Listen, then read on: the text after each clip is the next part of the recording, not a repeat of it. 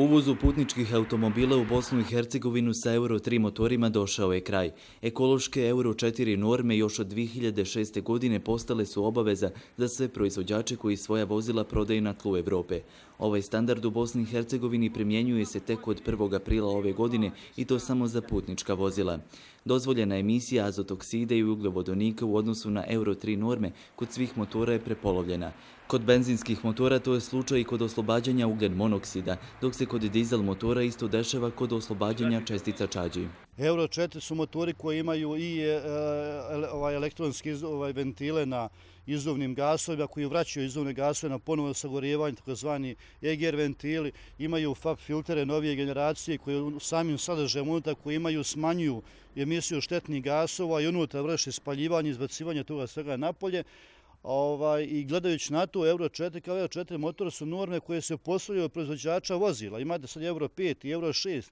Iako u teoriji Euro 4 standard donosi mnoge prednosti, još nije poznato ko kontroliše da li svaki uvezeni automobil i u praksi zadovoljava propisane norme. Bolje je voziti tehnički ispravan Euro 2 koji zadovoljava Euro 2 norme nego Euro 4 norme kojim je FAP filter izvađen, neki ventil softverski isključen, auto tehnički neispravno, kao što se vozi većina auta u Banja Luci. Stara vozila najveći su problem na putevima Bosne i Hercegovine, a s obzirom na to da se vozila Euro 4 karakteristika još od 1. januara 2006. godine registruju u zemljama Evropske unije, vozači putničkih automobila ne bi trebalo da budu pogođeni ovom odlukom.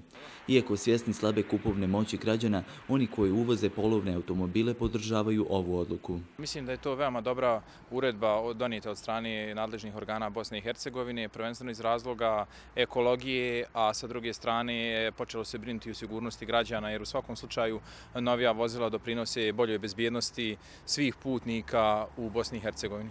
Godišnje se u prosjeku u Bosnu i Hercegovinu uveze 70.000 automobila. Na komercijalna vozila otpada manje od 10%, pa se ne smatraju prioritetnim i zbog toga su izuzeti iz ove odluke.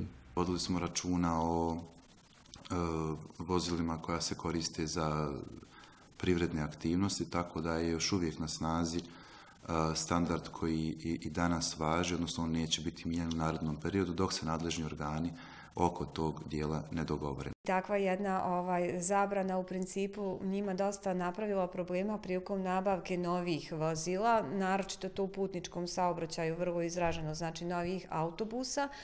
Dosta bi to poskupilo, znači nabavku tih osnovnih sredstava. Za Udruženje prevoznika Republike Srpske Euro 4 standard je daleko od realnosti. Upravo na njihovu inicijativu iz odluke su izostavljena komercijalna vozila. Smatramo da prevoznici u Republici Srpskoj i Bosni i Hercegovini nisu još dovoljno jaki da bi mogli da uvoze Euro 5 i Euro 6. Imajući u vidu tešku situaciju u poslovanju, mislim da je to dobra i pozitivna odluka koju su donijeli da se ostavi ipak Euro 3 kategorija. Iako na papiru činjenice i motivi izgledaju poprilično jasno, drugačije je kada se pogleda tržište automobila koje već godinama ne bilježi znake oporavka. Sve u vezi sa ekonomskom situacijom, pa tako najveći broj građana nije u stanju ni da pomisli da kupi automobil, a oni koji to mogu, lakše sebi priušte polovan.